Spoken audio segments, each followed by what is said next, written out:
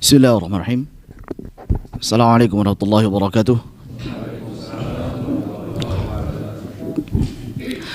Alhamdulillah wassalatu wassalamu ala Rasulillah wa ala alihi wa sahbihi wa mawalah. Asyhadu an la ilaha illallah wahdahu la syarikalah wa asyhadu anna Muhammadan abduhu wa rasuluhu la nabiyya wa la rasula ba'dah. Subhanaka la ilma lana illa ma 'allamtana innaka antal alimul hakim. Allahumma 'allimna ma yanfa'una wa anfa'na bima 'allamtana warzuqna ilman wa 'amala. Rabbana zidna 'ilman nafi'an wa rizqan thayyiban wa 'amalan mutaqabbalan wa lisanan dzakiran wa qalban khashi'an. Allahumma inna na'udzubika min 'ilmin la yanfa' wa min qalbin la yakhsha' wa min nafsin la tashba' wa min da'watin la yustajabu laha. Ikhwah dan juga akhwat sekalian, kaum muslimin dan muslimat yang semoga dirahmati oleh Allah Subhanahu wa taala. Alhamdulillah, pada pagi hari ini Allah Subhanahu wa taala masih memberikan banyak sekali limpahan karunia-Nya, nikmat-Nya kepada kita semuanya. Sehingga alhamdulillah kita mampu untuk berkumpul di majelis ini untuk menuntut ilmu syar'i, mendengarkan firman Allah Subhanahu wa taala dan juga sabda Nabi-Nya sallallahu alaihi wasallam. Yang semoga langkah kita ini, perkumpulan kita ini mendapatkan ridha dari Allah Subhanahu wa taala, menjadi sebab dimudahkannya kita untuk masuk ke syurga Allah Subhanahu wa taala dan menjadi timbangan amalan kebaikan untuk kita semuanya. Allahumma amin. Salat serta salam semoga senantiasa tercurah kepada suri tauladan kita Nabi Muhammad sallallahu alaihi wasallam serta keluarga beliau, sahabat-sahabat beliau dan seluruh pengikut beliau yang senantiasa istiqamah mengikuti sunnah-sunnah beliau hingga akhir zaman. Teman-teman sekalian yang semoga dirahmati oleh Allah Subhanahu wa taala, alhamdulillah insyaallah pada pagi hari ini kita akan lanjutkan kajian tafsir kita.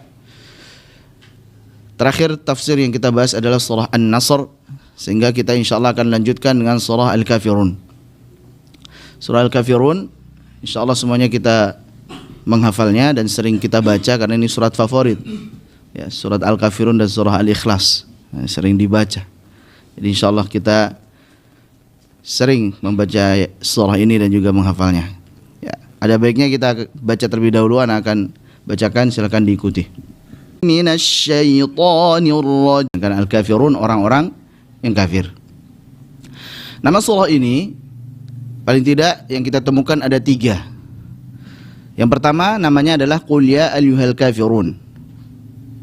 Ini nama yang juga ditemui di dalam hadis Nabi sallallahu alaihi wasallam terkait dengan keutamaan surah Al-Kafirun yang nanti insyaallah kita akan sebut. Ya, dua ringkas yaitu Al-Kafirun, ini paling masyhur. Di mushaf-mushaf kita temukan nama surahnya adalah surah Al-Kafirun. Di kitab-kitab tafsir pun baik yang terdahulu maupun yang kontemporer yang masa kini juga Al-Kafirun. Ini yang paling masyhur. Dan yang ketiga adalah Al-Ikhlas. Jadi namanya sama dengan surah yang Qul huwallahu ahad, sama-sama Al-Ikhlas. Hanya ini kurang masyhur. Apa itu arti Al-Ikhlas kemarin? Al-Ikhlas artinya memurnikan, pemurnian. Kalau di Al-Ikhlas yang Qul huwallahu ahad itu kita memurnikan Allah di dalam zat dan juga sifat-sifatnya. Bahwasanya Allah itu esa, ya. Allah itu tidak beranak dan tidak diperanakkan. Allah tempat bergantung. Dan tidak ada suatu apapun yang sama dengan Allah. Adapun di Al-Kafirun ini memurnikan Allah di dalam peribadahan. Bahwasanya Allah lah satu-satunya zat yang berhak untuk disembah. Tidak boleh kita menyembah yang lainnya. Itu bedanya. Ala kulli hal itu tadi 3 nama daripada surah Al-Kafirun. Yang paling masyhur surah Al-Kafirun. Kita sebut surah Al-Kafirun. Sebab turun daripada surah Al-Kafirun ini adalah sebagaimana yang disebutkan dalam tafsir At-Tabari dari Ikrimah dari Ibnu Abbas radhiyallahu anhuma. Beliau mengatakan anna Quraisyan wa'adu Rasulullah sallallahu alaihi wasallam ay yu'tuhu malan fayakuna aghna rajulin bi Makkah. Bahwasanya orang-orang Quraisy, ya, pentolan-pentolan Quraisy itu datang kepada Nabi Muhammad sallallahu alaihi wasallam untuk menjanjikan beliau memberikan harta yang banyak sehingga beliau akan menjadi orang yang paling kaya di Makkah. Ini mereka lakukan karena sudah bingung, ini gimana ini? Karena dakwah Nabi SAW mereka khawatir eksistensi sesembahan-sesembahan mereka itu terganggu. Karena tadinya sesembahan mereka itu kan banyak. Ada Lata, Uzza, Manat, Hubal dan lain sebagainya. dengan dakwah Nabi untuk menyembah satu sesembahan saja, maka mereka khawatir nih sudah mulai berkurang ini pengikutnya, banyak yang mulai ikut kepada Nabi Muhammad SAW. Maka mereka mikir gimana caranya supaya berhenti nih Muhammad nih. Maka mereka menawarkan, gimana kalau kita kasih harta kamu biar diem, biar tidak berdakwah lagi. Jadi tadi mereka memberikan harta, mau memberikan harta itu ada timbal baliknya. Ibarat nggak ada makan siang yang gratis gitu kan. Ini ada syaratnya ini kalau mau ngasih harta yang banyak. Wa yuzawijuhu ma arada minan nisa. Bahkan mereka juga membolehkan Nabi udah nikahi, pilih wanita-wanita yang banyak, sebanyak-banyaknya, yang cantik-cantik pilih. Apa tapi syaratnya? Syaratnya adalah fakuffa an syatmi alihatina. Cukupkan kamu dari mencela sesembahan-sesembahan kami. Jangan lagi cela sesembahan-sesembahan kami. Fala tadhkurha bisu. Jangan engkau sebut-sebut mereka dengan keburukan. Nah, ini maunya mereka. Kalau tidak mau, fa illam taf'al, kalau enggak mau seperti itu, fa inna na'ridu 'alaika khoslatan wahidah. Kami menawarkan suatu penawaran yang bagus untukmu. Fa hiya lana wa laka fiha shalah. Ini demi kebaikan kita dan kebaikan kamu. Kira-kira apa penawarannya? Penawarnya adalah ta'budu alihatana sanatan allata wal uzza wa na'budu ilahaka sanatan. Kamu menyembah sesembahan kami yaitu Lata dan Uzza 1 tahun. Oke, harisan nih, kan enak. Ya, kamu dapat, kita dapat gitu. Dan kami menyembah Tuhanmu 1 tahun. Maka kemudian Nabi SAW menjawab, hatta anzura ma ja'a min 'inda rabbi. Sebentar dulu, saya lihat dulu apa yang akan datang dari sisi Rabbku, yaitu Allah Subhanahu wa taala. Faja'al wahyu minal lauhil mahfuz. Maka kemudian turunlah wahyu dari Lauhul Mahfuz. Qul ya ayyuhal kafirun la a'budu ma ta'budun wa la antum 'abiduna ma a'bud wa la ana 'abidu ma 'abadtum wa la antum 'abiduna ma a'bud lakum dinukum waliyadin. Enggak bisa. Ini enggak boleh. Enggak bisa 1 tahun kita menyembah Allah, 1 tahun menyembah tuhan-tuhan mereka, selang-seling. Nah, enggak bisa. Di saat yang sama Allah Subhanahu wa taala menurunkan firman-Nya di dalam surah Az-Zumar. Qul afa ghairallahi ta'muruni a'budu ayyuhal jahilun. Qul, katakanlah wahai Muhammad sallallahu alaihi wasallam, afa ghairallahi ta'muruni a'budu ayyuhal jahilun. Apakah kalian memerintahku untuk menyembah selain Allah wahai orang-orang yang jahil? Orang yang jahil itu adalah orang-orang yang bodoh atau orang yang tidak mengerti sesuatu dengan benar, memahami sesuatu dengan salah. Ya. Mereka memahami kalau seumpamanya tahun ini menyembah Allah, tahun depan menyembah sesembahan mereka itu bagus, impas, enak gitu. Maka ini pemahaman yang salah, ini orang jahil. Walaqad uhiya ilaika wa ilal ladzina min qablika la in asyrakta la yahbatanna 'amaluka. Dan sungguh telah kami wahyukan kepadamu wahai Muhammad dan juga kepada para nabi sebelummu, jika engkau berbuat syirik, bahkan Nabi Muhammad SAW sekalipun yang sudah diampuni dosanya, yang masa lalu maupun yang akan datang ketika beliau hidup itu, kalau kamu nanti syirik, la yahbatanna 'amaluka, sungguh benar-benar akan batal, akan hangus, akan terhapus amalanmu. Ini ancaman terkait dengan bahayanya syirik. Kalau syirik, kita udah capek-capek beribadah kepada Allah selama ini, itu batal semuanya. Tapi ini bukan berarti Nabi SAW itu syirik, bukan.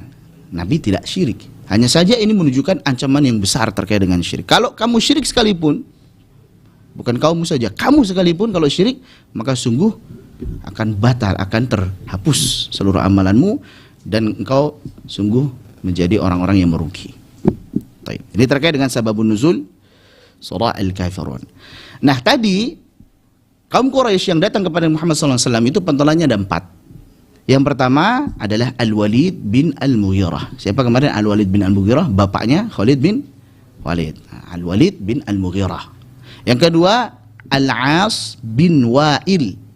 Ini bapak daripada Amr bin As. Jadi bapaknya kafir, anaknya mukmin, sahabat. Bahkan cucunya juga Abdullah bin Amr bin As. Itu juga sahabat. Yang ketiga Umayyah bin Khalaf. Umayyah bin Khalaf. Yang keempat Al-Aswad bin Muttalib. Al-Aswad bin Muttalib. Ini 4 orang ini.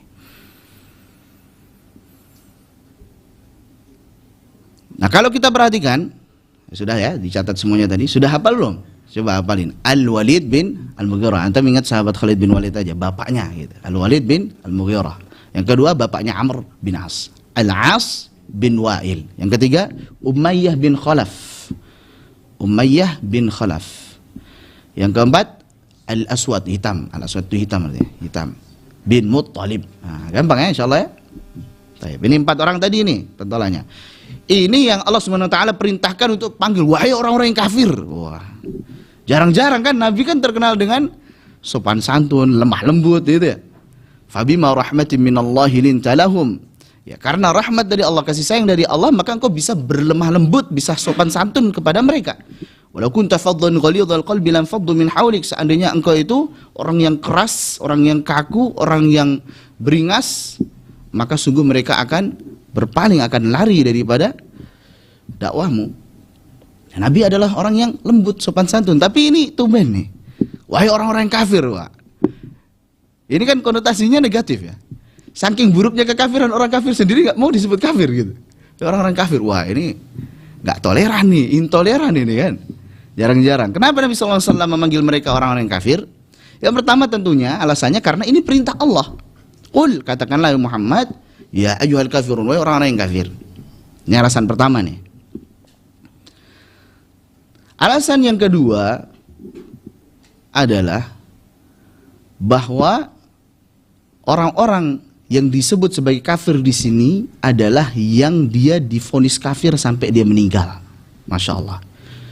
Ini merupakan mukjizat Al-Quran, bahwa Al-Quran ini diturunkan oleh Allah, bukan karangan Nabi Muhammad.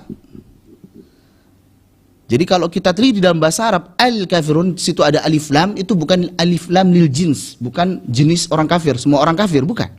Tapi alif lam lil ahad, orang kafir yang tadi datang kepadamu. Di mana ternyata Al-Walid bin Al-Mughirah, Al-As bin Wa'il, Umayyah bin Khalaf, Al-Aswad bin Muttalib, ini sampai mereka mati, mereka tetap kafir. Maka ini adalah orang-orang yang memang divonis kafir sampai dia mati. Makanya panggilnya wahai orang-orang kafir. Bukan semua orang kafir, tapi yang tadi alif lam lil ahad, yang orang kafir yang datang tadi gitu. Ini yang kedua.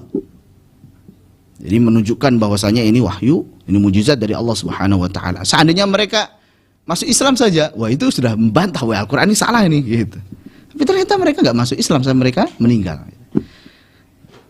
Jadi ini orang-orang kafir yang divonis mereka meninggal dalam kondisi masih kafir. Sama juga kalau kita buka di Al-Baqarah itu kan ayat-ayat yang awal, halaman kedua itu kan innal ladzina kafaru sawa'un 'alaihim a'andzartahum am lam tunzirhum la yu'minun. Sesungguhnya orang-orang yang kafir. Apa terjemahnya? Antum tahu semua insyaallah kan? Sesungguhnya orang-orang yang kafir sama saja apakah kamu beri peringatan mereka atau tidak beri peringatan mereka, sama saja mereka enggak akan bakalan beriman. Emang semua orang kafir enggak bakalan beriman? Apa gunanya dakwah? Ada kok orang kafir yang masuk Islam, betul enggak? Ternyata orang kafir yang maksud situ adalah orang kafir yang memang divonis kafir sampai meninggal. Jadi bedakan. Jadi kalau orang kafir yang dimaksud dalam ayat ini, walaupun lafadznya umum, tapi kita harus tahu sababun nuzulnya. Nah, jadi harus memahami terkait dengan sababun nuzul. Taib. Yang ketiga, bahwa lemah lembut, sopan santun itu tidak berarti nggak boleh untuk tegas. Nabi di sini tegas beliau. Beliau adalah seorang yang santun, tapi beliau tegas terkait dengan masalah prinsipil, masalah aturan-aturan. Sudah jelas, ini status mereka jelas kafir nih. Ya memang statusnya kafir, tapi harus difahami bahwa bedakan antara status kafir dan panggilan kafir. Ini yang keempat. Bedakan antara status kafir dan panggilan kafir. Gak bisa kita semua orang kafir langsung kita panggil, kafir, enggak. Kita panggil namanya. Nabi juga kalau seumpamanya manggil orang, ya dia pakai kunyah misalkan, Abul Walid misalkan. Bahkan kepada Heraklius misalkan, min Muhammadin Abdillahi wa Rasulihi ila azimir Rum, ila Heraklius azimir Rum misalkan. Dari Muhammad hamba Allah dan juga utusannya untuk pembesar atau untuk Heraklius, ya, pembesar daripada Romawi. Nah, jadi enggak ilal kafir Heraklius, enggak. Tapi bedakan antara statusnya kafir gitu. Tapi ketika manggil bedakan. Sama juga ketika kita punya teman atau bahkan mungkin kalau ada yang saudaranya, saudarinya atau mungkin keluarganya atau mungkin bahkan orang tuanya yang masih belum masuk Islam, ya enggak kita panggil wahai kafir gitu, enggak, kita panggil bapak, ibu, ya saudara, saudari dan lain sebagainya. Jadi itu tadi alasan kenapa Allah Subhanahu wa taala memerintahkan kepada Muhammad sallallahu alaihi wasallam untuk memanggil mereka dengan orang-orang yang kafir. Berikutnya yang harus kita fahami bahwa kita kepada keutamaan daripada surah Al-Kafirun dulu. Yang pertama, keutamaan yang pertama adalah bahwa surah Al-Kafirun itu merupakan seperempat Al-Quran. Qul ya ayyuhal kafirun rubu'ul Quran. Qul ya ayyuhal kafirun itu seperempat Al-Quran. Tentu ini membuat kita mungkin berpikir, loh, kemarin waktu bahas Al-Ikhlas itu sepertiga Al-Quran gitu ya. Nah, kenapa ada beda seperti itu? Karena para ulama berbeda. Ada yang berpendapat Al-Quran itu secara umum jadi 3 poin. Yang pertama terkait dengan tauhid, yang kedua terkait dengan kisah-kisah, yang ketiga terkait dengan syariat, perintah dan larangan. Maka mereka mengatakan sepertiga Al-Quran karena Al-Ikhlas berisi tentang tauhid.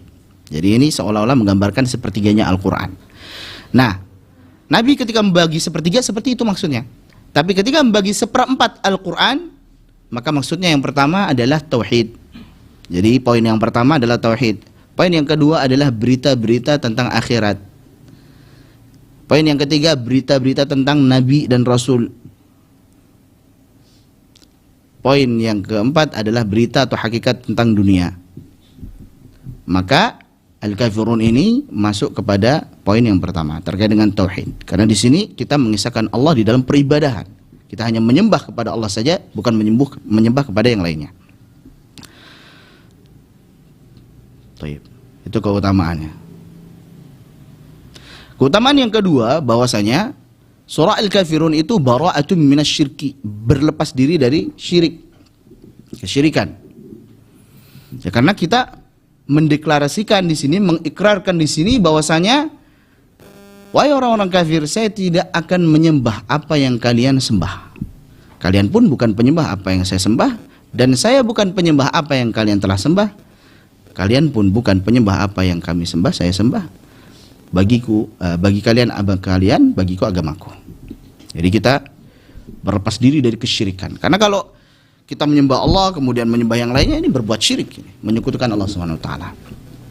Dan keutamaan daripada surah Al-Kafirun ini, ketika Nabi SAW menyebutkan inna bara'atun minasyirik, itu adalah saat kita diperintahkan atau dianjurkan untuk membacanya sebelum tidur. Jadi sebelum tidur baca surah Al-Kafirun. Kenapa? Innaha bara'atun minasyirik. Karena itu adalah pernyataan berlepas diri dari kesyirikan. Dan kapan saja surah Al-Kafirun dianjurkan untuk dibaca? Yang pertama adalah saat sholat witir. Sering kan sholat witir kita yang pertama, rakaat pertama itu bacanya Al-A'la, Sabbihisma rabbikal a'la. Rakaat kedua, Qul ya ayyuhal kafirun. Rakaat ketiga, baru kemudian Al-Ikhlas. Nah, ini seringnya. Yang kedua, selain di witir juga 2 rakaat sebelum subuh. Nabi sering membaca 2 rakaat sebelum subuh dengan Al-Kafirun dan Al-Ikhlas. Memang ini surat favorit Nabi.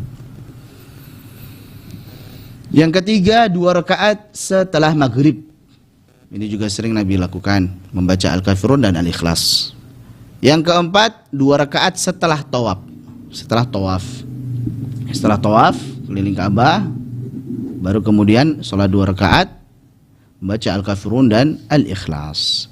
Yang terakhir sebelum tidur. Jadi kita sudah diranjang mau tidur, kita membaca surah Al-Kafirun, baca surah Al-Ikhlas, baca surah An-Nas, surah Al-Falaq. Nah, kemudian baru tidur. Insya Allah tidurnya enak, nyenyak, tenang, nggak perlu beli obat penenang. Antum buktiin, antum baca itu, apalagi kalau dengar tafsir Al-Kafirun, antum ini nanti rekamannya ini antum putar nih, cepat tidurnya tuh. Kalau nonton yang lain lama, gitu kan? Gitu kan? Sudah Al-Kafirun cepat tadi insyaallah. Baru alhamdulillah, gitu. Baru mukadimah udah bisa tidur antum, tenang, nyenyak, insyaallah. Tayyib. Lanjut. Itu di antara keutamaan tadi. Paling tidak 2 tadi, bahwa dia ada seperempat Al-Quran, kemudian pernyataan berlepas diri dari kesyirikan, dan kapan dibaca sudah kita sebutkan. Nah, kalau kita amati berarti Nabi SAW, agama Islam ini sangat memperhatikan terkait dengan tauhid, di mana aktivitas dari mulai bangun tidur, ya, kalau kita bangun tidur misalkan setelah kita bersuci kemudian sholat witir dulu, atau kalau sudah witir sebelum tidur berarti sholat subuh, dan setelah sholat subuh itu kita, atau sebelum sholat subuh 2 rakaat sebelum subuh tadi membaca Al-Kafirun dan Al-Ikhlas. Pas mau tidur lagi, ya, kita baca Al-Kafirun lagi, itu menunjukkan perhatian Islam terkait dengan tauhid, ya, bahwa hidup kita dari mulai bangun tidur sampai tidur lagi ini perhatian terkait dengan tauhid. Ini ikrar kita hanya menyembah, hanya beribadah kepada Allah saja dan tidak mensekutukannya dengan suatu apapun. Gitu. Kita bahas ayat yang pertama. Qul ya ayyuhal kafirun. Katakanlah, qul. Ini sering kita sampaikan ya. Kalau seumpamanya ada qul, katakanlah, ini artinya Allah yang memerintahkan. Khitabnya kepada Nabi, tapi perintahnya juga kepada orang-orang yang beriman. Ini secara umum. Jadi perintah kepada Nabi juga perintah kepada umatnya selama tidak ada dalil yang mengkhususkan perintah tersebut. Ini berarti kita juga diperintahkan untuk membaca ini. Ya ayyuhal kafirun, wahai orang-orang yang kafir. Kita sudah jelaskan tadi bahwa orang-orang kafir yang dimaksud di sini adalah orang-orang kafir yang datang kepada Muhammad SAW. Sababun nuzulnya seperti itu, tapi lafadznya umum. La a'budu ma ta'budun. La, tidak. A'budu, saya menyembah, saya beribadah. Ma ta'budun. Ma itu apa? Ta'budun, yang kalian sedang atau akan sembah. Taib, kita pahami satu kata. Antum hafal semua insya Allah, jadi antum bayangkan ya. La itu tidak. A'budu, saya menyembah, saya beribadah. Ma itu artinya apa? Ta'budun, ta'budun dalam bahasa Arab ini kata kerja yang menunjukkan arti sekarang sama akan datang. Namanya fi'il mudhari. Antum ingat-ingat. Namanya fi'il apa? Mudhari. Fi'il mudhari ini adalah kata kerja yang menunjukkan waktu sekarang dan akan datang. Ma ta'budun, apa yang kalian sembah sekarang dan apa yang kalian sembah akan datang. Jelas ya insyaallah. Jadi ada namanya fi'il mudhari, nanti satu lagi namanya fi'il apa? Madhi, kata kerja lampau yang telah, gitu ya. Nah, itu ingat-ingat nih, walaupun belum belajar bahasa Arab misalkan secara intensif, tapi paling enggak antum dengar dulu ada fi'il mudhari. Nah, bahasa Inggris namanya apa ini fi'il mudhari ini? Hah? Present? Ya itu antum lebih paham lah. Anda lupa dulu belajar. Taib. Jelas ya? Nah, la a'budu ma ta'budun. Nah, ini Masya Allah. Saya tidak akan menyembah apa yang kalian sembah sekarang dan apa yang akan kalian sembah. Ini kan sudah jelas kan? Tadi orang-orang kafir yang dimaksud di sini adalah orang kafir yang memang divonis meninggal dalam kondisi masih kafir. Sehingga Nabi tidak akan menyembah apa yang sekarang kalian sembah berupa patung-patung dan lain sebagainya, dan apa yang kalian sembah seterusnya sampai kalian mati pun saya tidak akan sembah itu. Tapi kalau misalkan orang kafir ini secara umum, yang nantinya dia nyembah Allah kan nggak cocok jadinya ayatnya. Masya Allah. Jadi begitu detailnya Allah SWT. Ini menunjukkan ini wahyu dari Allah ini. Jadi Nabi ketika berikan, saya tidak akan menyembah apa yang kalian sekarang sembah dan apa yang kalian akan sembah nanti. Karena memang tadi al-kafirun ini lil ahad. Ini orang kafir yang datang kepada Muhammad SAW tadi. Ma ta'budun. Ma di sini ada dua penafsiran. Bisa jadi ma di sini maksudnya ma mausulah, dalam bahasa Arab namanya ma mausulah, yang kalau simpelnya dalam bahasa Indonesia adalah objek apa yang kalian sembah gitu. Jadi patung-patung apapun itu yang kalian sembah, saya tidak akan sembah itu objeknya. Kalau dalam bahasa Arab namanya tadi ma mausulah, apa yang kalian sembah objeknya. Yang kedua bisa jadi ma di sini adalah ma masdariyah, kaifiyah atau cara penyembahan yang kalian lakukan ini. Kan mereka tadi nawarin setahun nyembah Allah, setahun nyembah sesembahan mereka. Ya nggak bisa kayak gitu. Dua-duanya benar. Nabi SAW tidak akan menyembah apa yang kalian sembah, dan Nabi pun tidak akan menyembah sesuai dengan cara penyembahan kalian. Jelas ya? Wala antum abiduna ma a'bud, dan kalian bukanlah penyembah. Nah, ini bedanya nih. Kalau di sini bukan, dan kalian bukan pakai fiil, bukan pakai kata kerja, tapi bukanlah penyembah. mau dulu, mau sekarang, mau akan datang, kalian bukan penyembah apa yang aku sembah. Walaupun kalian menyembah Allah, tapi bukan begitu caranya beribadah kepada Allah. Kalian bukan penyembah Allah. Seandainya kalian sekarang nyembah Allah, nanti nyembah sesembahan kalian lagi, bukan begitu caranya menyembah Allah. Gak boleh syirik gitu. Jadi kalian bukanlah penyembah apa yang aku sembah, yaitu Allah SWT. Jelas? Wala antum abiduna ma a'bud. Wala ana abidum ma abadtum. Perhatikan ayat berikutnya nih. Antum bisa lihat ayat yang kedua sama keempat, ini kayaknya mirip ya. Ya enggak? Ayat kedua tadi apa sih? La a'budu ma ta'budun. Coba antum ingat-ingat lagi tadi kata kerjanya. La a'budu, saya tidak akan menyembah, ma ta'budun, apa yang sekarang dan akan datang kalian sembah. Ingat ya kata kerjanya ya. Ayat keempat apa? Wala ana abidum ma abadtum. Dan saya tidak akan menyembah apa yang dulu kalian sembah. Masya Allah, detailnya lagi. Yang dulu kalian sembah, saya nggak akan sembah. Yang sekarang atau akan datang kalian sembah pun, saya tidak akan sembah. Karena orang-orang Quraisy itu, dulunya mereka, ketika mereka sedang safar, mereka nggak bawa sesembahan mereka, lupa dibawa patungnya gitu. Maka mereka akan cari gundukan padang pasir yang ada gundukannya, kemudian mereka bawa unta yang lagi banyak-banyak susunya, kemudian dikencingin sampai akhirnya mengeras, terus disembah itu. Masya Allah. Bahkan ada dinyusun dari makanan, disusun dari makanan, kemudian jadi Tuhan disembah itu. Nah, itu begitu bodohnya itu kan, bikin Tuhan sendiri disembah sendiri. Masya Allah. Alhamdulillah atas nikmat Islam. Kayak kita bersyukur gitu, diberikan akal sehat di Islam itu gitu. Jadi itu. Wala ana abidum ma'abadtum. Karena dulu mereka cara ibadahnya seperti itu. Masya Allah, ini detailnya Al-Quran, kalamullah. Wala antum abiduna ma'abud, dan kalian bukanlah penyembah apa yang aku sembah. Ini penegasan.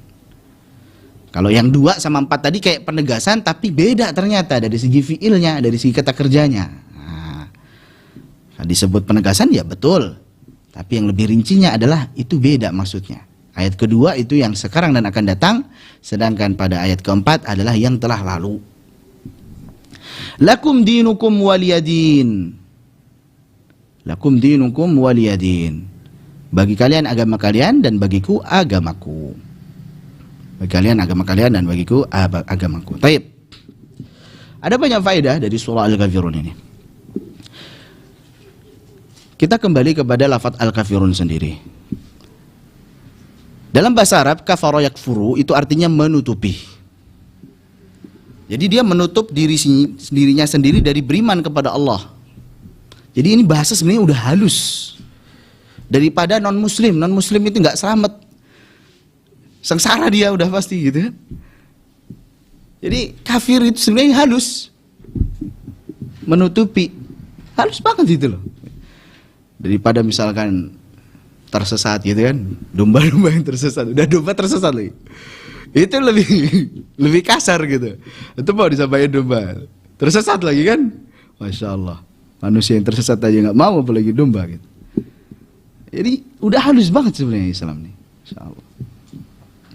Jadi kafir artinya menutupi. Lawan dari kafir adalah iman, mukmin. Kufur lawannya iman. Kalau kafir orangnya, mukmin orangnya. Kalau tauhid lawannya syirik gitu ya.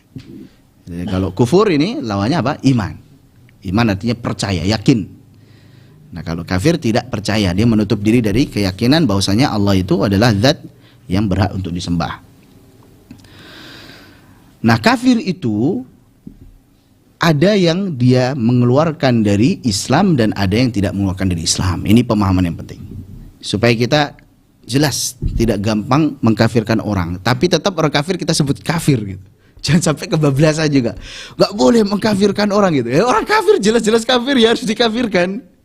Ya gak boleh itu orang Islam yang dikafirkan, yang tidak jelas ini langsung dikafirkan gitu kan. Itu yang gak boleh. Tapi kalau jelas dia kafir, antum yakin gak dia kafir? Jelas-jelas Kristen misalkan, jelas-jelas Buddha, Hindu, ya kafir dia. Dalam bahasa kita dia menutupi diri dari beriman pada Allah, kafir dia. Anak nggak mau gampang mengkafirkan gitu. Bahlul itu. Segampang itu masih bingung gitu. Tapi kalau Islam ini KTP-nya Islam, bentar dulu, lihat dulu. Ya, jadi ada tahapan-tahapannya dulu. Nggak boleh gampang mengkafirkan orang kalau dia Islam. Tapi kalau jelas-jelas kafir, ya jelas kafir gitu. Simpel sebenarnya. Nah, taib kita harus pahami dulu. Kafir itu ada yang mengeluarkan dari Islam kufur akbar, ada yang tidak mengeluarkan dari Islam kufur asghar. Yang mengeluarkan dari Islam ada 6. Yang pertama adalah kufur takdzib. Kufur takdzib. Ini hati-hati ya, antum harus pahami dengan baik. Anak pelan-pelan. Kufur takdzib, mendustakan. Baik itu mendustakan keseluruhan atau mendustakan sebagian saja. Ya. Ahli kitab dulu, mereka percaya dengan kitab mereka, tapi tidak secara totalitas. Makanya Allah tegur, afatu'minuna bi ba'dil kitabi wa takfuruna bi ba'd. Apakah kalian itu mengimani sebagian kitab dan kalian mengkufri sebagian yang lainnya? Yang sesuai dengan hawa nafsu diimani, yang tidak enggak bisa ini. Makanya dihapus, direvisi terus sama mereka. Maka seorang yang mukmin harus mengimani Al-Qur'an ini secara totalitas, jangan seperti ahli kitab yang sebelumnya. Maka kufur takdzib ini mengeluarkan dari Islam. Mendustakan baik secara keseluruhan ataupun sebagian saja, maka ini keluar dari Islam. Ini kufur yang akbar, besar ini. Yang kedua adalah kufur iba wal istikbar. Iba itu artinya enggan, istikbar itu artinya sombong. Ini seperti kufurnya iblis. Wa idh qulna lil malaikati isjudu li adama fasajadu illa iblisa aba wastakbara wa kana minal kafirin. Dan tatkala kami perintahkan kepada para malaikat untuk bersujud kepada Nabi Adam alaihissalam sebagai sujud penghormatan, ini sebagai bentuk ketaatan saja kepada Allah, maka para malaikat semuanya sujud, illa iblis, kecuali iblis. Sekarang pertanyaan, iblis dari malaikat bukan? Bukan, iblis dari jin ya. Cuman saking taatnya iblis saat itu, Azazil, saking taatnya iblis saat itu, dia ngegengnya sama malaikat itu. Senior memang dia dalam ketaatan. Hanya saja dia hasad. Saat Nabi Adam ini ada junior baru dimuliakan begitunya, suruh sujud ini malaikat-malaikat yang taat. Nah dia itu hadir di situ, dia bukan dari malaikat tapi dia hadir di situ. Malaikat sujud dia diam, nggak mau. Aba, enggan dia, gengsi dong. Ana khairum minhu khalaqtani min nari wa khalaqtahu min tin. Engkau ciptakan aku ya Allah dari api, api lebih mulia, wa khalaqtahu min tin. Engkau ciptakan dia dari tanah, tanah diinjek-injek. Padahal api itu merusak, tanah menumbuhkan, lebih mulia tanah. Nah, maka aba wastakbara, dia sombong, merasa lebih tinggi. Nah, wa kana minal kafirin, karena itulah dia termasuk dari orang-orang yang kafir. Maka enggan taat kepada Allah Subhanahu wa taala. Kenapa antum enggak salat? Ngapain salat itu? Enggak penting salat itu, misalkan. Ngapain zakat itu? Misalkan. Waliyadzubillah. Enggan untuk taat kepada Allah Subhanahu wa taala, kafir. Dia bilang enggak penting. Ngapain gini? Nah, itu namanya sombong, istikbar. Merasa tidak butuh pada Allah. Dia merasa lebih tinggi. Jelas itu kekufuran. Anasa nggak ada kita yang seperti itu kan. Seandainya misalkan telat sholat atau waliyadzubillah nggak sholat itu karena memang apa? Lalai. Tapi tetap meyakini wajibnya sholat. Hanya aduh khilaf gitu. Masih aman insya Allah. Walaupun sebagian ulama mengatakan ya kalau keterusan seperti itu tetap aja gitu. Tapi yang lain tidak. Dia masih muslim tapi naqisul iman. Dia imannya kurang gitu. Dia bermaksiat. Selama dia masih meyakini wajibnya sholat, maka dia tidak keluar dari Islam. Hanya saja dia berdosa dengan dosa yang besar. Nah, itu perbedaan pendapat ulama biasa. Taib, itu yang kedua tadi ya. Yang pertama kita ulangi namanya kufur takdzib, mendustakan. Yang kedua adalah kufur iba wal istikbar. Taib. Sudah. Yang ketiga adalah kufur syak, ragu-ragu. Ada orang ragu-ragu, nanti hari kiamat tuh bener ada nggak ya? Kita jangan-jangan hidup cuma sekali doang nih. Udah mbak dia taat-taat capek-capek, ternyata apa? Hidup sekali, kalau anak belum nikmati gitu. Wes, ragu-ragu ini bahaya ini. Sebagaimana dalam surah Al-Kahf. Ya. Ketika di surah Al-Kahf antum pernah baca mungkin, wa ma adhunnu sa'ata qa'imah wa la irruditu ila rabbi la ajidanna khairan minha munqalaba. Wa ma adhunnu sa'ata qa'imah. Jadi ada dua sahabat Satu pemilik kebun, yang satu sahabatnya. Pemilik kebun ini mengatakan, wa ma adunnu sa'ata qa'imah. Saya ini nggak yakin bahwasanya hari kiamat itu tegak, hari kiamat itu tak ada, nggak yakin saya ada hari kiamat. Ya.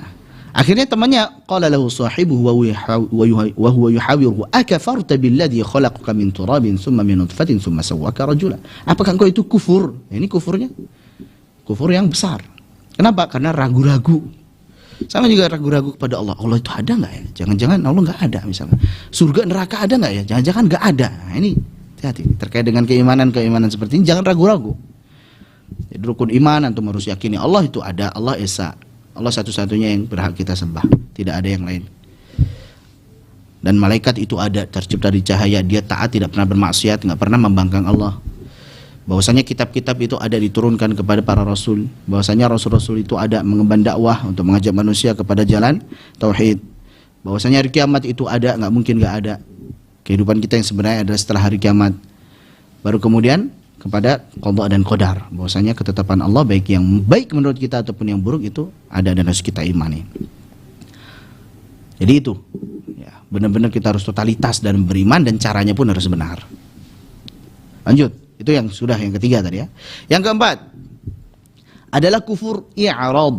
Kufur i'rad, berpaling. Berpaling, enggak mau ngikutin.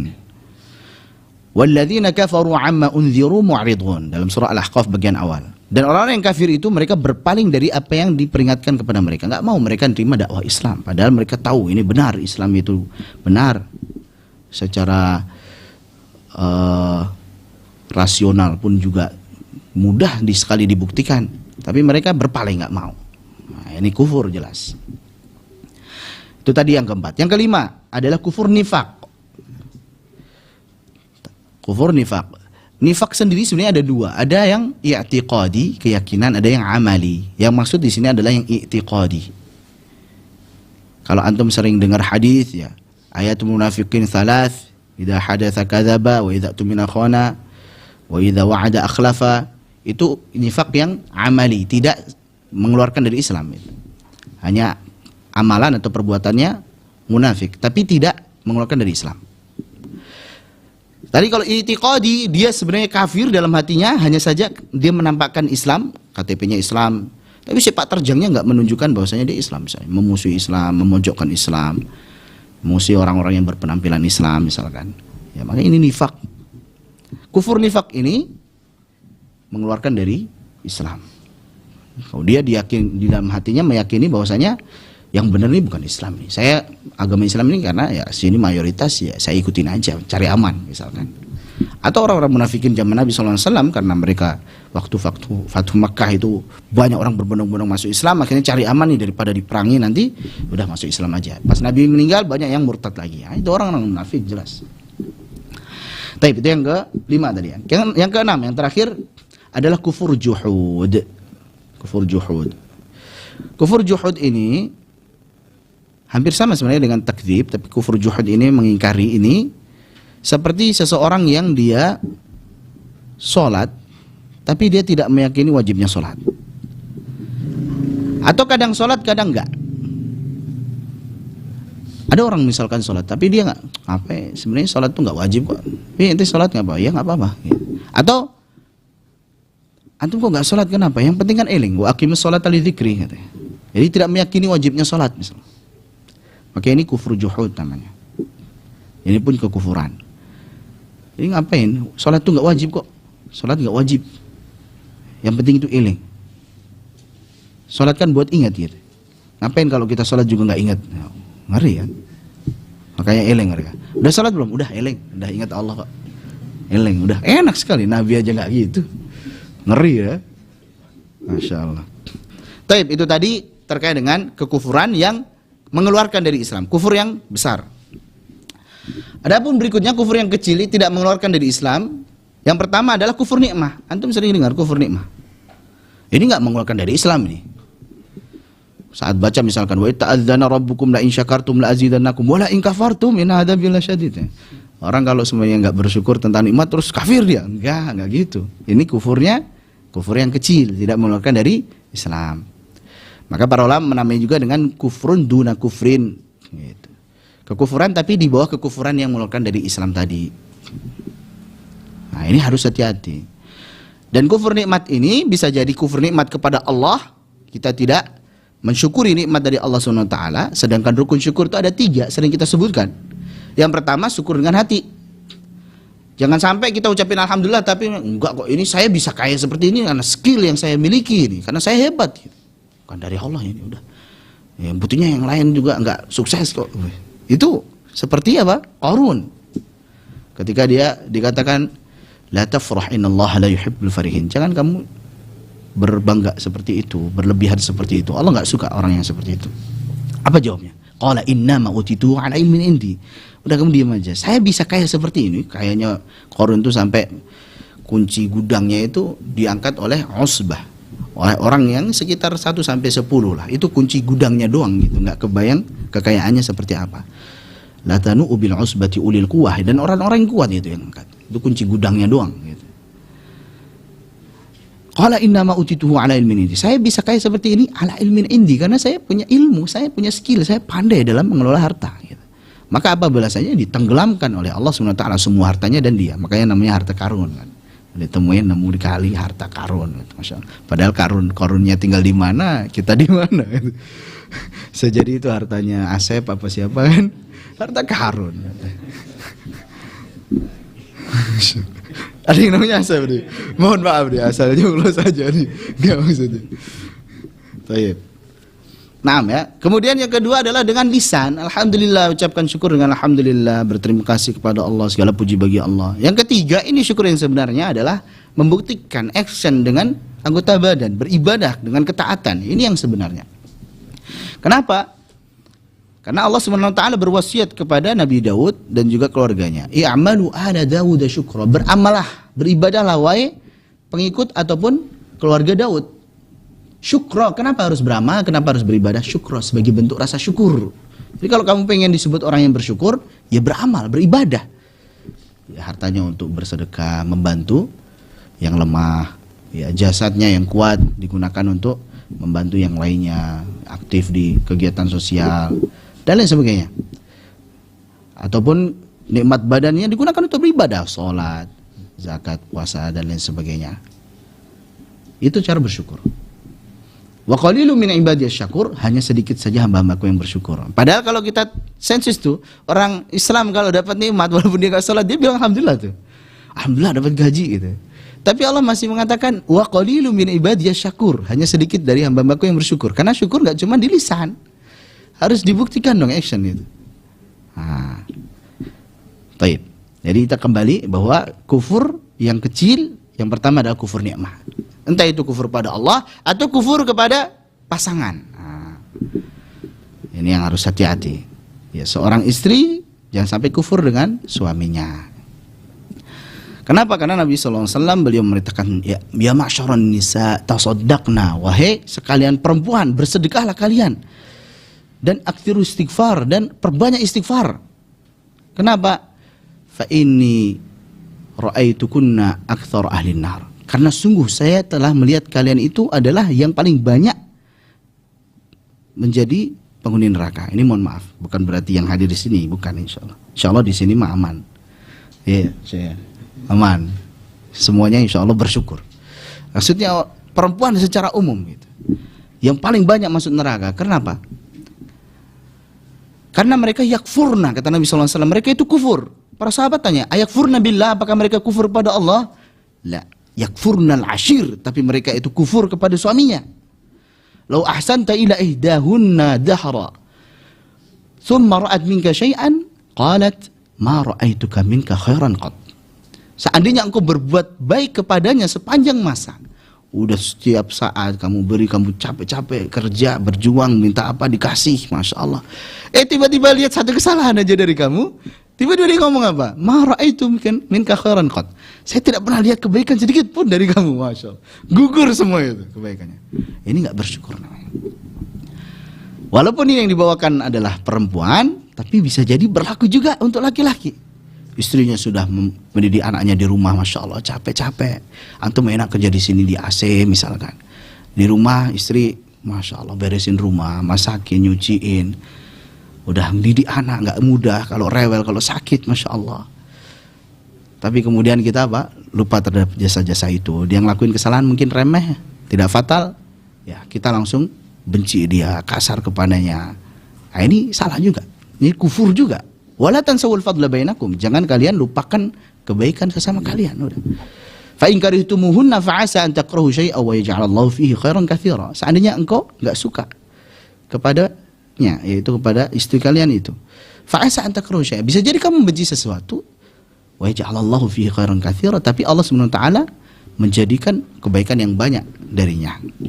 Ya, makanya selalu ingat kebaikan-kebaikan daripada pasangan kita. Jangan sampai kufur. Ini berlaku ya. Jadi bukan hanya perempuan saja tadi yang dihakimi gitu, tapi kita juga sebagai laki-laki juga harus benar-benar bisa menjadi keluarga yang terbaik, pemimpin yang terbaik. Ya. Khairukum li ahli. Sebaik-baik kalian adalah yang paling baik untuk keluarganya. Demikian. Taib, itu tadi pertama. Kufur yang pertama adalah kufur nikmat. Kufur yang kedua adalah maksiat. Maksiat juga kekufuran. Tapi sekali lagi itu kufrun duna kufrin. Kekufuran di bawahnya kekufuran yang besar. Nabi SAW bersabda, la yazni zani hina yazni wa huwa mu'min. Seorang yang berzina tatkala berzina, maka dia bukanlah seorang yang mukmin. Tatkala dia berzina saja. Dia ngelakuin maksiat itu, dia tidak sedang beriman kepada Allah. Dia tidak yakin bahwasanya Allah itu melihatnya. Ini maksiat itu adalah kufur duna kufrin. Atau fasiq, atau naqisul iman. Jadi mukmin tapi kurang imannya gitu. Kalau dia tidak berzina, maka dia tetap mukmin gitu. Jadi dosa besar itu memang besar dosanya, tapi apa? Tidak mengeluarkan dari Islam. Selama tidak menyekutukan Allah dan juga tidak melakukan kekufuran yang kita sebutkan tadi, yang kufur yang besar tadi. Wala yashrabul khamra hina yashrabuha wa huwa mu'min, dan tidaklah seseorang itu minum khamr ketika dia minum khamr tersebut dia dalam kondisi mukmin. Jadi kalau lagi minum khamr dia tidak sedang dalam kondisi mukmin. Nah, ini sekali lagi ya. Jadi kufur yang kedua, kufur yang kecil ini diantaranya adalah maksiat. Sama seperti Nabi SAW bersabda, sibabul mu'min fusuqun, mencela seorang mukmin itu adalah suatu kefasikan. Wa qitaluhu kufrun, dan membunuhnya adalah kekufuran. Berarti kalau membunuh orang mukmin langsung kafir? Enggak. Ya, membunuh jiwa tanpa hak itu benar, dosa besar, diancam neraka, tapi tidak sampai kafir dia. Tidak kekal dia di neraka. Gitu. Jelas ya? Taib, itu yang harus dipahami. Satu lagi faedah terakhir sebelum kita tutup. Ada pembagian orang kafir. Kalau tadi itu kekafirannya, sekarang orang kafirnya. Orang kafir itu dibagi menjadi dua. Yaitu kafir yang dia itu ahlul ahdi dan ahlu al-harbi. Ahlul ahdi dan ahlul harbi. Yang tidak boleh diperangi dan yang boleh diperangi. Nah, yang tidak boleh diperangi ada 3 macam. Yang pertama namanya kafir dhimni. Pakai dot. Dhimni.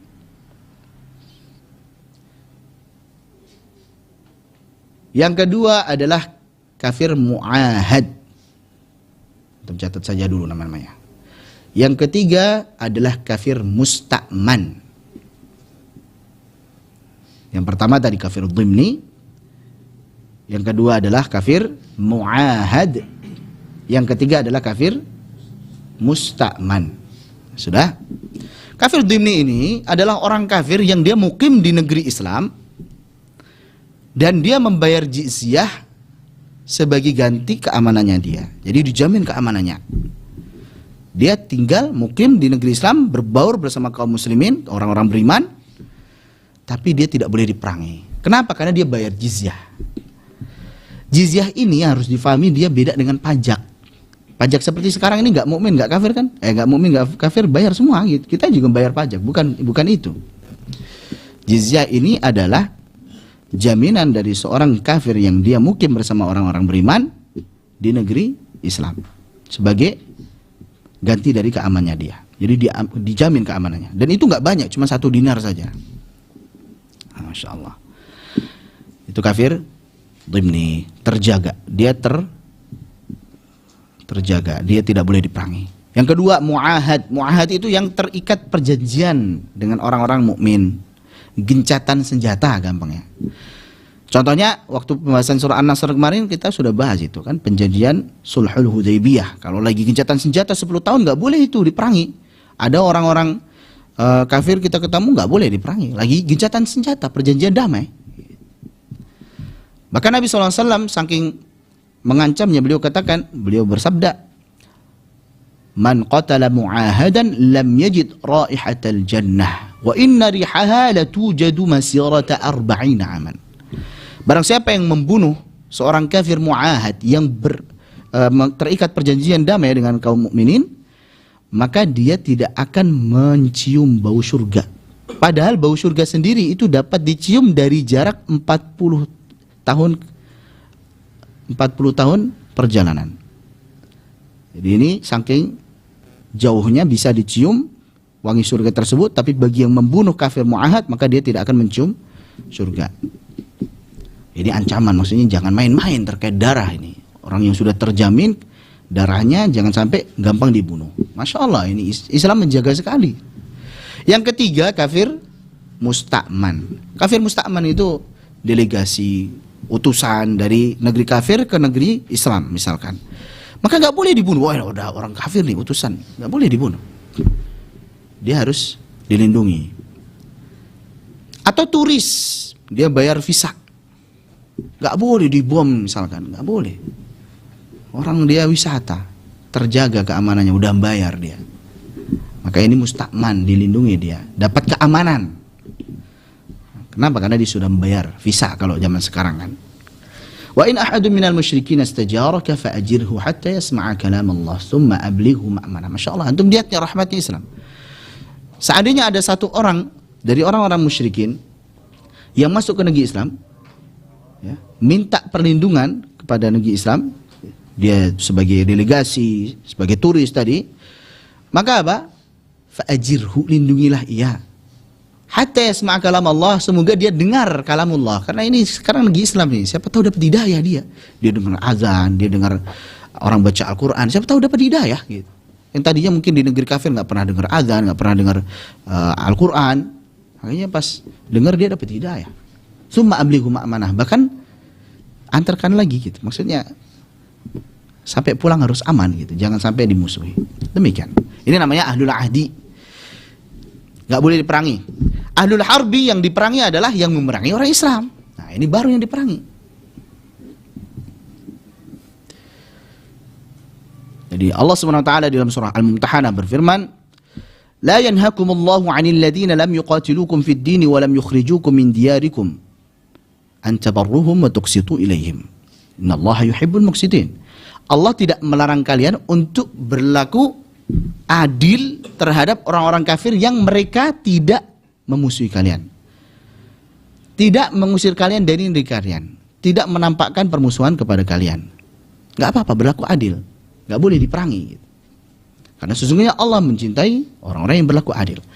Innama yanhakumullahu 'anil ladzina qataluukum fid din wa akhrajukum min diyarikum wa dhaharu 'ala ikhrajikum an tawallahum. Yang enggak boleh adalah ketika kalian itu menjadikan teman dekat, penolong, bermesra-mesraan dengan orang-orang kafir yang jelas-jelas memusuhi kalian, yang mengusir kalian dari negeri kalian, dan dia menampakkan permusuhan kepada kalian. Enggak boleh. Jelas-jelas dia ahlul harbi, dia mengusir orang-orang yang beriman. Jelas-jelas dia memerangi orang-orang yang beriman, kok malah dijadikan sebagai penolong atau teman dekat, maka tidak boleh. Nah, ini yang dibedakan ya. Baik. Cukup insyaallah. Demikian terkait dengan surah Al-Kafirun. Masih banyak sekali faedahnya sebenarnya, karena keterbatasan waktu. Ini saja yang kita sampaikan, semoga bermanfaat dan semoga tidak disalahfahami tadi ya. Jangan sampai salah paham. Intinya Islam sangat menjaga sekali terkait dengan status ya, kekafiran. Kemudian juga tentang orang-orang kafir, nggak sembarangan, nggak serampangan itu. Maka dengan belajar gini kita tahu nggak gampang mengkafirkan orang. Ya kafir statusnya kafir, tapi nggak mesti kalau udah kafir terus boleh diperangi begitu saja, enggak. Gitu. Ada aturan-aturannya. Bahkan ketika sudah boleh diperangi pun ada adab-adabnya. Yang tua nggak boleh, yang perempuan nggak boleh merusak dan lain sebagainya. Ada adab-adabnya. Demikian rahmatnya Islam. Ada lakum dinukum waliyadin, ini jelas ini. Ini bukan membenarkan, oh berarti Islam membenarkan semua agama, lakum dinukum waliyadin. Enggak. Dari awal aja udah kuliah kafirun, udah jelas statusnya ya kafir, ya sudah kita mukmin gitu. Ini ancaman justru. Ya kalau memang kalian nggak mau beriman ya sudah gitu. Nanti kita lihat aja di akhirat gitu. Kita lihat bagi kalian agama kalian, kita lihat apakah kalian akan selamat nanti di akhirat. Bagi kita agama kita, kita lihat kita yang selamat. Demikian. Cukup insyaallah. Mohon maaf jika mungkin terlalu panjang dan ada kesalahan dalam penyampaian. Ada pertanyaan? Tidak ada. Baik, kita tutup dengan ada? Nah, tafadhal. Assalamualaikum warahmatullahi wabarakatuh. Assalamualaikum. Terkait untuk tadi yang orang Islam keluar dari Islam, Ustaz ya. Itu misalkan ada orang Islam yang KTP-nya saja, tapi dia misalkan tidak sholat, tapi dia itu menegaskan bahwa saya siap gitu masuk neraka, apakah sudah tegak hujah untuk dia itu termasuk orang yang kafir gitu, Ustaz? Barakallahu fikum.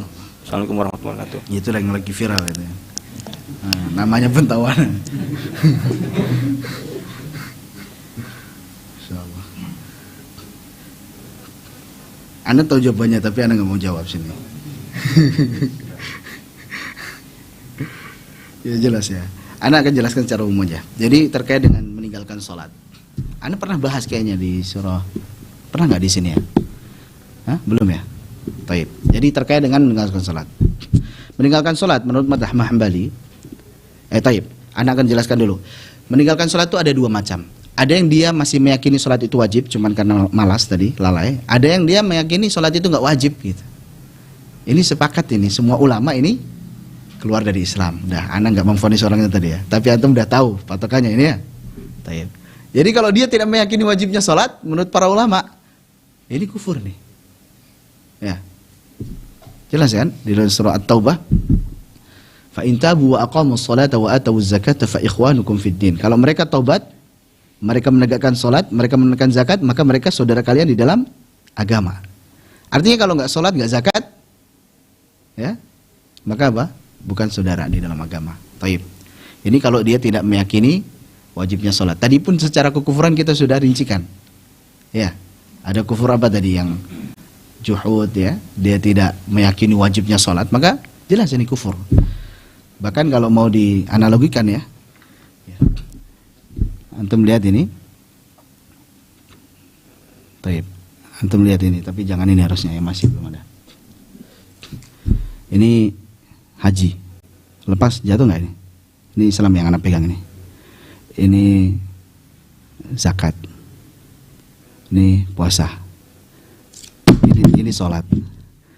Jatuh nggak? Rubuh nggak? Jatuh. Ini analogi kira-kira. Allah alam bisawab. Jadi memang sholat itu nggak main-main gitu. Al-ahadul ladzi bainana wa bainahum as-shalah. Jadi perjanjian antara kita orang-orang beriman dan mereka adalah sholat gitu. Ini yang pertama. Bahkan saking semangatnya Rasulullah itu bahkan bukan hanya masalah dia sholat atau tidak, dia sholat di masjid atau enggak. Rasulullah SAW membawa kayu bakar untuk keliling ke rumah-rumah kaum muslimin, enggak sholat di masjid, dibakar gitu. Ini maksudnya menunjukkan ini enggak beneran begitu juga, tapi maksudnya ini saking himmahnya. Laqad hamamtu. Saya benar-benar pengen banget nih. Saya bawa kayu bakar keliling ke perumahan orang-orang Islam yang enggak sholat di masjid, laki-lakinya itu bakar kalau nggak ada uzur gitu. Maksudnya ini sholat laki-laki di masjid gitu. Apalagi sholatnya itu sendiri gitu. Bahkan zaman dulu, zaman para ulama dulu bingung, orang munafik aja sholat gitu loh. Ayatnya antum apa? Innal munafiqina yukhadi'una Allah wa huwa khadi'uhum wa idza qamu ila sholati qamu kusala. Orang-orang munafik itu zaman sahabat sholat, tapi sholatnya malas-malesan mereka. Lah ya, kok bisa orang Islam nggak sholat gitu? Itu dosa besar yang heran ketika dikarang itu tarkus sholat. Kok bisa orang Islam kok meninggalkan sholat gitu? Jadi udah itu tadi terkait dengan itu. Nah kalau dia meyakini sholat nggak wajib, jelas itu kufur. Kalau dia masih meyakini wajib hanya saja malas, ini tadi pendapat Imam Ahmad bin Hambali, dia tetap kufur. Dia keluar dari Islam karena tadi dalilnya di surah At-Taubah. Kalau mereka taubat, kemudian mereka sholat, mereka zakat, maka saudara kalian. Artinya kalau dia nggak sholat, nggak zakat, bukan saudara Islam. Ini memang ketat beliau di dalam masalah ini. Imam Syafi'i, dia tidak kafir, tidak keluar dari Islam, tapi dia harus dibunuh. Antum baca itu. Majmu' Syarh Muhadzab, Al-Imam An-Nawawi menjelaskan. Itu harus dibunuh dia kalau memang hukumnya hukum Islam, negara Islam. Kalau negara kita kan tidak menerapkan hukum Islam gitu. Secara penuh, secara kafah maksudnya. Ya secara kafah berarti orang yang curi dipotong tangan dan sebagainya kan nggak diterapkan di sini. Sama kalau sebenarnya nggak sholat, maka dibunuh. Saking besarnya dosanya.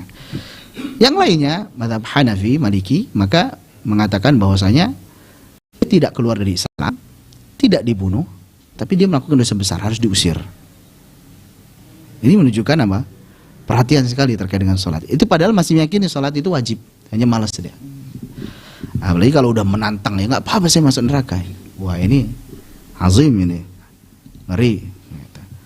Tapi nggak perlu disebut namanya. Ala kulli hal ana jawab secara umum. Allahu a'lam bissawab. Hati-hati masalah salat. Cukup insyaallah. Nah. Kita tutup. Subhanakallahumma wa bihamdika asyhadu an la ilaha illa anta astaghfiruka wa atubu ilaik. Assalamualaikum warahmatullahi wabarakatuh.